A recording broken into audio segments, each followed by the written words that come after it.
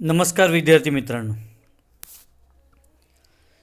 श्री निमिनाथ जैन ब्रह्मचर्याश्रम संचलित श्रीमान P.D. सुराणा कला वाणिज्य विज्ञान कनिष्ठ महाविद्यालय निमनगर चांदवड नाशिक.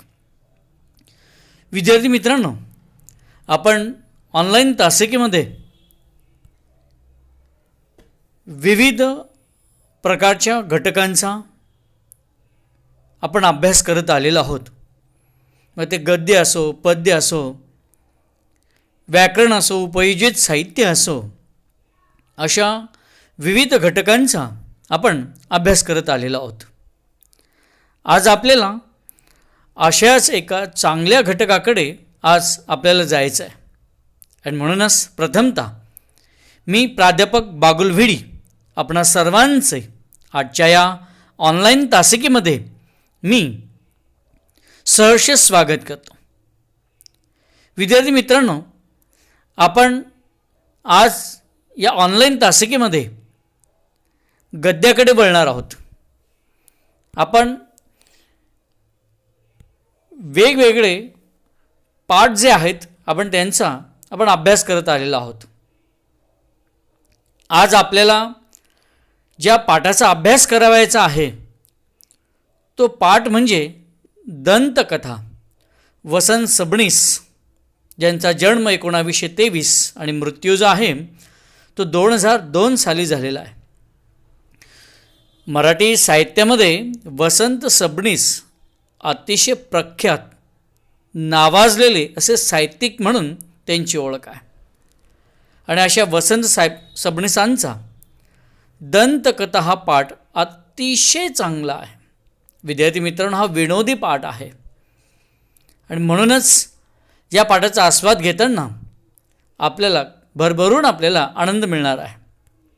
तर मित्रांनो, या पाठाकडे आपण सुरुवातीला जाताना आपण सुरुवातीला लेखकाचा जो परिचय जो आहे ना, तो आपण परिचय थोडासा चांगल्या पद्धतीनं करून घेऊया. कारण की साहित्यिक जे असतात त्यांचा परिचय आपल्याला असणं खूप महत्त्वाचं असतं. वसंत सबनीस यांच्याबद्दल जर बोलायचं जर ठरलं, सुप्रसिद्ध लेखक, विनोदकार, नाटककार सबनीस यांनी लेखनास प्रारंभ केला तो कवितेनं. नंतर ते विनोदी लेखनाकडे वळले. पानदान, चिल्लर खुर्दा, भारूड, मिरवणूक, पंगत, आमची मेली पुस्तक, पुरुषांची जात असे विनोदी लेखसंग्रह त्यांचे आहेत. खांदेपालट, पखाल, आल्या बाईला, आल्या मिशा, थापाड्या, विनोदी द्वादशी, बोका झाला संन्याशी. बघा, नावसुद्धा किती सुंदर आहेत. बोका झाल्या संन्याशी म्हणजे एखादा बोका कधी संन्याशी होऊ शकतो का? पण एक लेखक, त्यांना ती कल्पना येऊ शकते. असे भन्नाट विनोदी कथा संग्रह त्यांनी लिहिलेले आहेत. सोबती हा व्यक्तिचित्रणात्मक संग्रह आहे. माहेश्वरी हा आत्मपर लेखांचा संग्रह प्रसिद्ध झालेला आहे. आत्मपर म्हणजे ज्यात स्वतःच्या आयुष्याबद्दल त्यांनी काही सांगितलेलं असेल. म्हणून एक विनोदी लेखक, नाटककार म्हणून सबनीसांकडे पाहिलं जात असतं. आणि साहित्याचे वेगवेगळे प्रांत, वेगळ्या प्रांतांमध्ये त्यांनी लेखन केलेलं आहे. सुरुवात जी केली ती कवितेनं त्यांनी केलेली आहे. एक विनोदी नाटककार म्हणून त्यांच्याकडे बघितलं जात असतं. आता आपण त्यांची पुस्तकं कोणकोणती ती पण आपण नीट बघितलेली आहेत. पानदान, चिल्लर खुर्द, भारूड, मिरवणूक, पंगत, आमची मिली पुरुषाची जात हे विनोदी लेखकाचे त्यांचे लेखसंग्रह आहेत. तर खांदेपालट, पखाल, आल्या बाईला, आल्या मिशा, थापाड्या, विनोदी द्वादशी, बोका झाला संन्याशी ही कथा संग्रहांची त्यांची पुस्तकं आहेत. असं विविध प्रकारचं लेखन त्यांनी केलेलं आहे. किंबहुना याही पलीकडे जाऊन आपण जर बघितलं तर विनोदी लेखनाबरोबरच त्यांनी अनेक नाटके, एकांकिका व लोकनाट्ये लिहिलीत. त्यांची बरीच नाटकं रंगभूमीवर गाजलीत. राजकीय भाषा व चतुर संवाद यामुळे त्यांचे विच्छा माझी पुरी करा हे लोकनाट्य विलक्षण लोकप्रिय झाले. प्रेक्षकांनी क्षमा करावी. चिलखतराज जगन्नाथ हे त्यांचे एकांकिका संग्रह आणि गुदगुल्या हा बालकथा संग्रह प्रसिद्ध आहे. सगळ्यात महत्त्वाचं म्हणजे राजकीय लोकांच्याबद्दल त्यांचं भाष्य, त्यांची भाषा आणि चतुरत्र असा त्यांचा संवाद, या दोन गोष्टी फार महत्त्वाच्या आहेत. आणि त्यामुळेच मग त्यांची नाटकं असो, एकांकिका असो की लोकनाट्य असो, प्रचंड गाजलेत. रंगभूमीवर नाटकं गाजलेली आहेत. त्यात विच्छा माझी पुरी करा हे लोकनाट्य तर विलक्षण गाजलं. आजही वसंत सबनीस हे नाव जर आपण जर घेतलं ना तर लगेच समोर नाव येतं, ते म्हणजे वसंत सबनीस यांचं. विच्छा माझी पुरी करा या लोकनाट्याचं नाव येऊन लागत असतं. प्रस्तुत जो पाठ जो आहे दंतकथा, त्याबद्दलही आपण माहिती बघूया. दंतकथा हा एक विनोदी लेख, ललित लेख आहे. दाताचे दुखणे खूपच त्रासदायक असते, त्यामुळे कोणत्याही माणसाची अवस्था अगदी केविलवाणी होते. मात्र अशा गंभीर विषयातील प्रसंग लेखकाने नर्म विनोदी शैलीत मार्मिकपणे टिपले आहेत. दाताच्या दुखण्याची असहाय्यता, त्या प्रसंगी माणसाची होणारी दयनीय अवस्था आणि त्यामधून घडणारा प्रसंगनिष्ठ विनोद वाचकाला खळखळून हसवतो. वासाला जोडून येणारी अतिशयोक्ती, कधी आढळणारी विसंगती तर कधी मराठीतील म्हणी, वाक्प्रचार आणि शाब्दिक कोट्या यांचा लेखकाने विनोद निर्मितीसाठी कल्पकतेने केलेला वापर हा या पाठातून अभ्यासता येईल. सगळ्यात महत्त्वाचं म्हणजे आता दात दुखणं, आता कधी आपल्या मनातही विचार येऊ शकत नाही. एखादा अवयव दुखत असेल तर त्याच्यावर लिहिलं पाहिजे आपण, पण शेवटी ही प्रतिभावंत माणसं असतात. मग ती कवी असो, नाटककार असो, विनोदी लेखककार असो किंवा बालसाहित्यकार असो, कोणी का असो, ललित लेखन लिहिणारा असो, कथाकार असो, पण त्यांच्या डोक्यामध्ये, त्यांच्या मनामध्ये जे विचार घोंगावत असतात ते असामान्य विचार असतात. आपल्यासारख्या सामान्य लोकांना ते विचार सुचवू शकत नाही. असे वेगळ्या प्रकारचे विचार असतात, आपण त्याची कल्पना करू शकत नाही. दाताचं दुखणं हा देखील लेखनाचा विषय होऊ शकतो. हे कधी आपण विचार केला आहे का याबाबत? आपण कधीच नाही. मग ते दात दुखणं असेल, त्याची असह्य वेदना असेल, आणि अशा गंभीर वेदनेचा सुद्धा मार्मिकपणाने विनोदाने वर्णन करणं, हे म्हणजे लेखकाचं आपल्याला लेखन कौशल्यच आपल्याला म्हणता येईल. अगदी मार्मिक पद्धतीनं त्यानं वर्णन केलेलं असेल. मग दात दुखल्यानंतर माणसाची जी दयनीय अवस्था होत असते आणि त्या दयनीय अवस्थेमधून, त्या प्रसंगांमधून एक विनोद निर्माण करणं, हे त्यांच्या लेखनशैलीचं आपल्याला वैशिष्ट्य सांगता येईल. आणि त्यामध्ये ते खळखळून वाचकाला ते हसवत असतात. आणि म्हणून अशी वास्तवस्थिती, त्याला जोडून येणारी अतिशयोक्ती किंवा जी विसंगती असते, एवढंच नाही तर भाषेच्या बाबतीमध्ये वाक्प्रचार आणि म्हणी याच्या देखील शाब्दिक कोट्या ज्या त्यांनी वापरलेल्या आहेत ना, त्या अगदी कल्पनेच्या पलीकडच्या आहेत. म्हणूनच या पाठाचा अभ्यास करताना शब्दामधून आपल्याला अनेक विनोद आपल्याला बघायला मिळतील. म्हणून हा पाठ जो आहे ना मित्रांनो, हा अतिशय महत्त्वाचा आहे आणि अतिशय चांगला आहे. आपल्याला निश्चितच या पाठाचा अभ्यास करताना एक विद्यार्थी म्हणून तर आपण आनंद घेणारच आहोत, पण त्याही पलीकडे समाजातली विसंगती कशी असते, त्याचं नर्म विनोदीपण जे असतं ना, ते वसंत सबनीसांच्या या लेखन साहित्यामध्ये आपल्याला बघता येईल. तर प्रत्यक्षात आपण पाठाला सुरुवात करूया आता.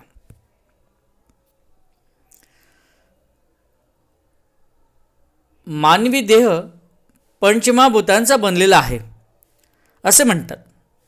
ज्या ज्ञानी मंडळींना मानवी देहात पंचमहाभूते दिसली, त्यांना सहावे पंचमहाभूत कसे दिसले नाही याचे मला राहून राहून नवल वाटते.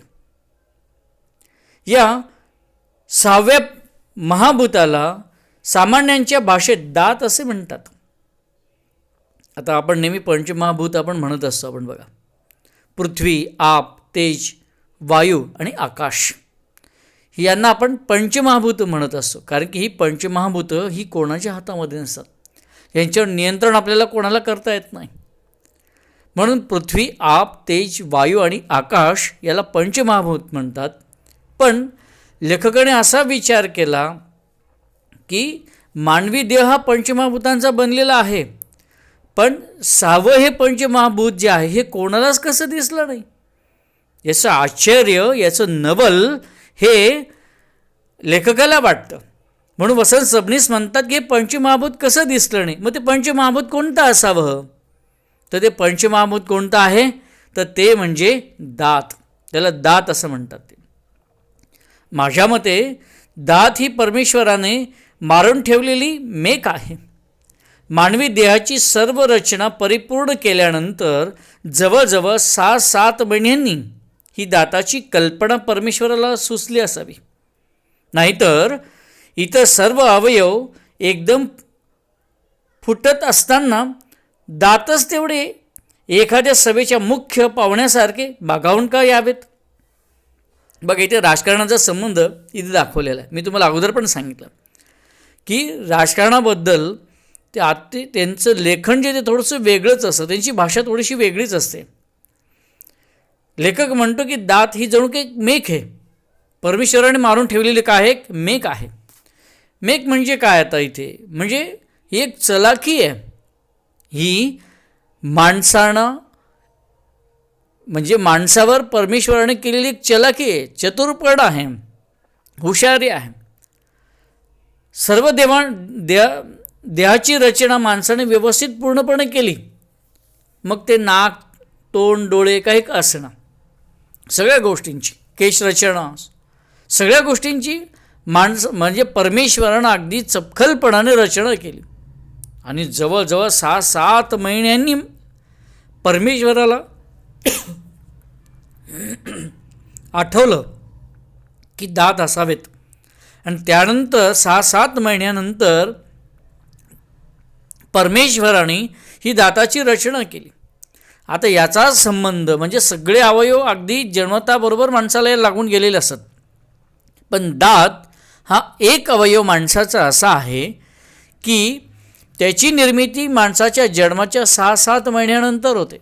आता याची तुलना वसंत सबनीस बघा त्यांना सुचलेलं कसं आहे, याची तुलना त्यांनी कशी केलेली आहे? ते म्हणतात की हे दात हे कसे असावेत? एखाद्या राजकारणी लोकांसारखे असावेत, एखाद्या पुढाऱ्यासारखे असावेत. जसा एखादा पुढारी, सगळे लोक जमलेले असतात. आपण बघतो कुठला कार्यक्रम असला की लोक अगोदर येऊन ताटकळत बसलेले असतात, सगळेजण वाट बघत असतात.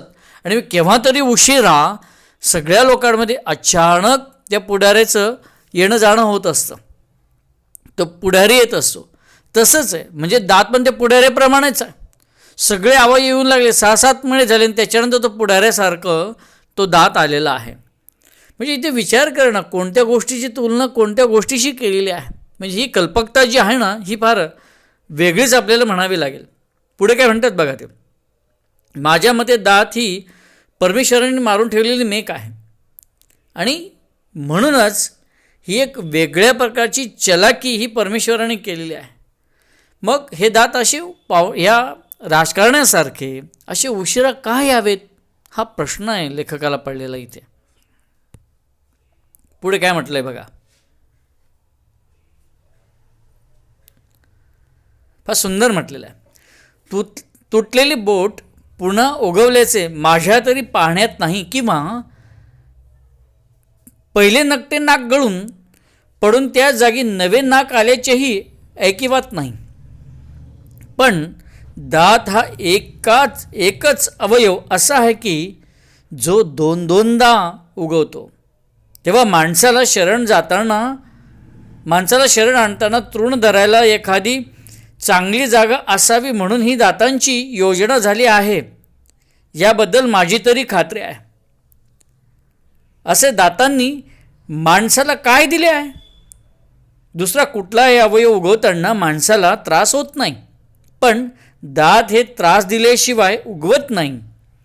ते येताना ताप आणि गेल्यावर पश्चाताप. किती सुंदर वर्णन या ठिकाणी वसंत सबनीस यांनी केलेलं आहे. म्हणजे माणसाला कसं शरण आणायचं, तर त्याच्यासाठी दातांची रचना केलेली असावी की काय, अशी एक शंका वसंत सबनीस यांच्या मनामध्ये येऊन जाते. आता त्यांनी काही सुंदर उदाहरणं दिली, आपल्याला विचार करायला लागतील अशाच प्रकारची उदाहरणं त्यांनी दिलेली आहेत. जसं तुटलेलं बोट असेल ते पुन्हा आलं कधी, असं कधी आपल्याला वाटलं का, कधी बघायला मिळालं का?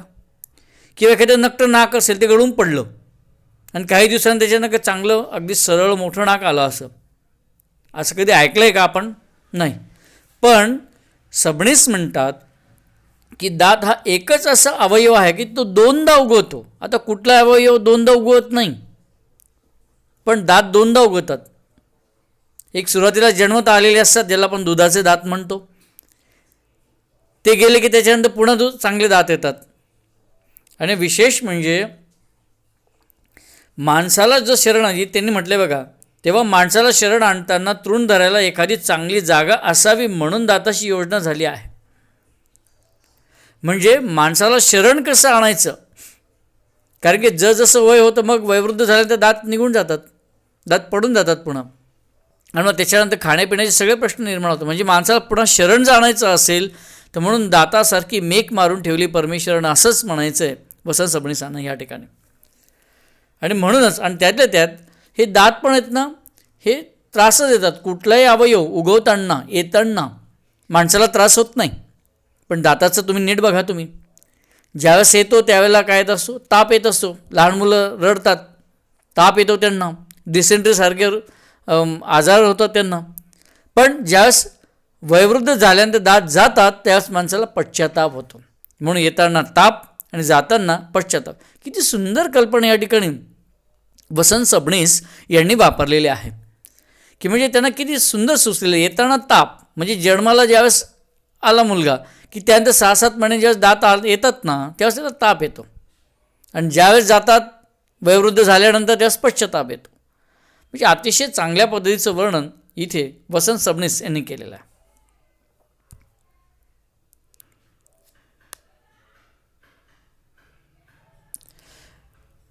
मला स्वतःला तर दातांबद्दल मुळीच प्रेम वाटत नाही, कारण लहानपणी मला दात येत असताना त्यांनी घरातल्या माणसांना रडवले होते म्हणे. अर्थात हे सर्वस्वी खरे असलेच असे नाही, त्यांच्याबरोबर मी रडलो असलो पाहिजे. दात आल्यानंतरही मी दिसेल त्याला चावत असे. अशी एक दंतकथा ऐकून अजूनही कित्येक नातेवाईक माझ्यापासून दूर पळतात. आता मी दिसेल त्याला मुळीच चावत नाही, कारण चावण्याची हौस अनेकदा स्वतःशीच मनगटे चावून चावून भागवले आहे. पण माझ्या दातांनी मला, आता हे नीट लक्षात घ्या. आता जेवढा भाग दिला तेवढा आपण सुरुवातीला नीट लक्षात घेऊ. आपण लेखक म्हणतात की मला दातांबद्दल अजिबात प्रेम वाटत नाही, अजिबात वाटत नाही. ज्यावेळेस मला दात येत होते तर त्यावेळेला, म्हणजे लेखकाला ज्यावेळेस लहान असताना दात आले तर लेखकाने अनेकांना रडवलेलं आहे. अशी दंतकथा आहे. दंतकथा याचा अर्थ काय माहिती का? दंतकथा बघा, आपल्या पाठाचं शीर्षक पण दंतकथा आहे. त्याचा अर्थ असा आहे की जी कथा आपल्या आजोबा पंजोबांपासून आजोबांकडे आली असेल, वडिलांकडे असेल, आपल्याकडे आली असेल, तर आपल्याकडे आपल्या मुलांकडे जाणार. म्हणजे ती कथा कोणी लिहिली, ती कहाणी कोणी लिहिली हे कोणालाच माहिती नसतं, पण एका पिढीकडनं दुसऱ्या पिढीकडे ते संक्रमित होत जात असतं. त्याचा रचयिता कोण हे आपल्याला माहीत नसतं, त्याला दंतकथा म्हणतात. माझी चावण्याची पण अशीच एक दंतकथा आहे. लेखक म्हणतात की लहानपणी मी अनेक लोकांना चावत असायचो, म्हणून खूप लोकांना रडवलं मी चावून चावून. पण आता लेखक म्हणतात की आता मी कोणाला चावत नाही, आता मी मला स्वतःलाच चावून घेतो. म्हणून माझ्या चावण्यामुळे लहानपणी असं म्हणतात मी खूप चावायचो, अनेक लोकांना रडवलं आहे. लेखक म्हणतो मी पण रडलो असेल, पण अनेक लोकांना तर रडवलं आहे. मला पाहून लहानपणी लोक पळून जायची, मला पाहिलं की पळून जायची, कारण की हा चावतो म्हणून. लेखक म्हणतो की नंतर मी माझं स्वतःचं मनगट अनेक वेळेला चावून चावून माझी चावण्याची हौस मी काय केलेली आहे, पूर्ण करून टाकलेली आहे. आणि पण पुढे लेखक अजून काय म्हणतात बघा,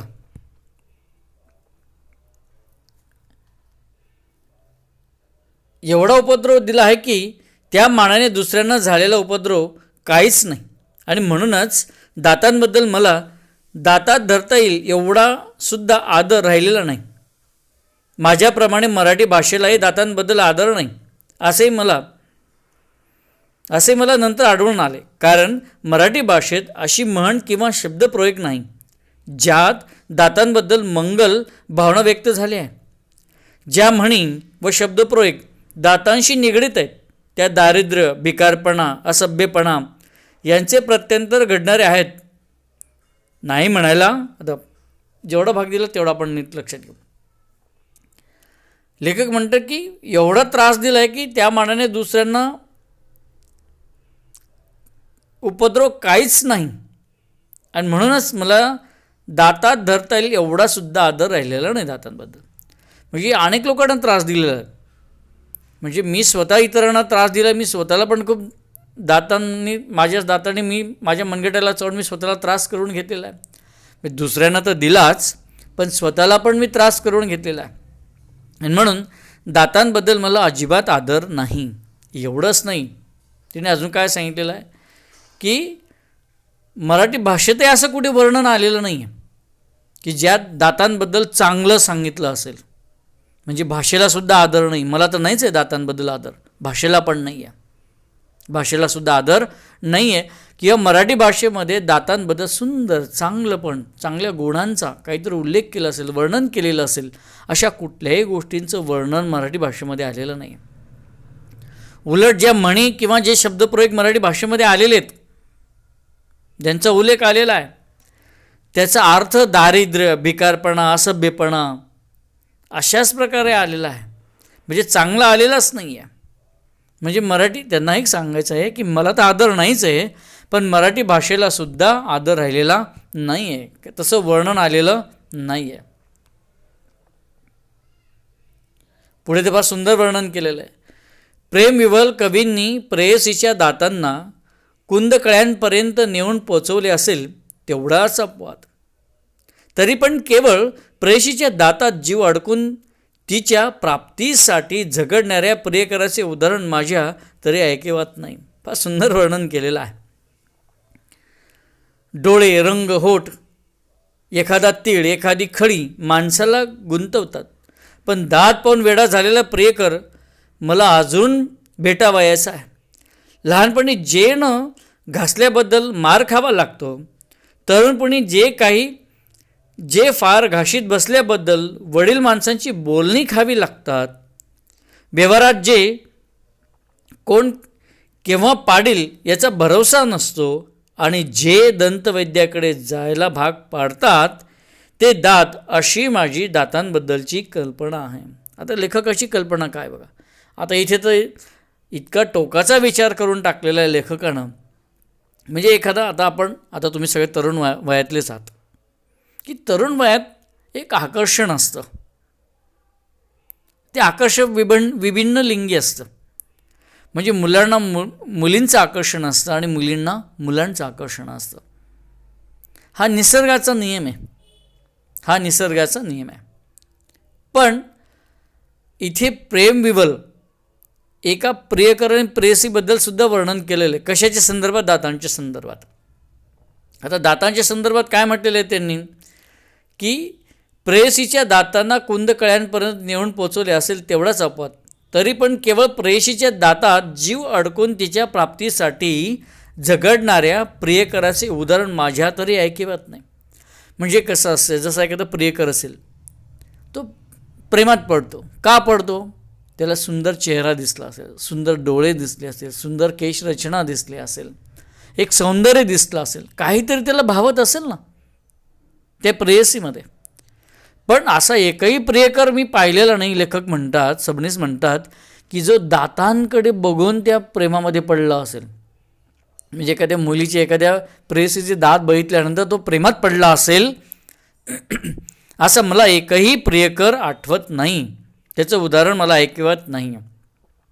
जसं गालावरची एखादी तीळ असेल, एखादी खळी असेल गालावर पडलेली, की जे बघितल्यानंतर तो वेडा झालेला असेल, प्रेमात पडलेला असेल. पण असा एकही प्रियकर नाही की दात बघितल्यानंतर त्या दातामुळे तो प्रेमामध्ये पडलेला आहे. असा एकही प्रियकर मला आढळलेला नाही आहे. आणि एवढंच नाही, दाताबद्दलची कल्पना काय अजून. म्हणजे लहानपणी आपण, लहान मुलं घ्या तुम्ही, केव्हा दात घासतात का लगेच ते पटकन? नाही, लवकर दात घासत नाही. आणि म्हणून लवकर दात घासत नाही, म्हणून त्यावेळेला मोठी माणसं जी असतात ती मारतात, रागवतात, चिडतात, संताप व्यक्त करतात. म्हणजे दात बघा, दातांमुळे लहानपणी आपल्याला मार खावा लागतो वडीलधाऱ्या लोकांचा, का आता दात घासला नाही. तरुणपणी काय असतं, आता तरुणपणी इथे स्पष्ट सांगितलेलं आहे की जे फार घाशीत बसल्याबद्दल वडील माणसांची बोलणी खावी लागतात. तरुणपणी जर जास्त वेळ दात घासत बसलेत, काय वेळ लावतोय तू, तुला बाकीची कामं नाहीत का, सगळ्या वेळ दात घासण्यामध्येच घालवणार आहेस का, म्हणजे अशा प्रकारची बोलणी वडीलधाऱ्या माणसांची खावी लागतात. हे तरुणपणात. आणि त्यानंतर सांगितलेलं आहे की पुढे काय सांगितलं, जे व्यवहारात कोण केव्हा पाडील याचा भरोसा नसतो. आणि व्यवहारामध्ये जर काही समजा जर काही मतभिन्नता झाली, कधीकधी मारामाऱ्या पण होतात, एकमेकाच्या अंगावर पण आपण धावून जात असतो, आणि त्यावेळेस कधी दात पडेल हे व्यवहारामध्ये आपल्याला सुद्धा सांगता येणार नाही, ज्याचा भरोसा नाही.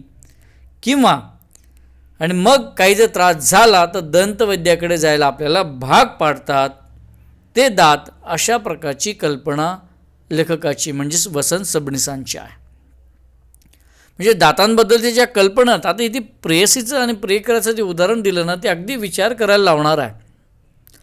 म्हणजे केशरचना, गालावरची तीळ असेल, गालावर पडणारे खळे असेल, काही का असे ना, की अगदी चांगल्या प्रकारचे तेजस्वी असे डोळे असतील, हे बघून मुलं प्रेमात पडतात. पण दाताकडे बघून प्रेमात पडेल असं एकही उदाहरण नाही आहे, असं एकही उदाहरण नाही. आणि त्यातल्यात कल्पना काय, अजून लहानपणी दात न घासले तर मार खावा लागतो, तरुणपणी जास्त वेळ दिला तर वडील म्हणतात काम नाही का, आई वडील म्हणतात. आणि व्यवहारामध्ये केव्हा दात पडतील हे सांगता येऊ शकत नाही. म्हणून दातांबद्दलची कल्पना लेखकाची अगदी वेगळ्या प्रकारचीच आहे. मित्रांनो, आपण इथे दातांबद्दल म्हणजे आपण सुरुवातीला लेखकाची आपण सविस्तर माहिती घेतली, आणि लेखकाच्या माहितीबरोबरच दंतकथा म्हणजे काय ते पण आपण नीट लक्षात घेतलं, की जी एका पिढीकडून दुसऱ्या पिढीकडे जाणारी जी कथा असते तिला दंतकथा म्हणतात.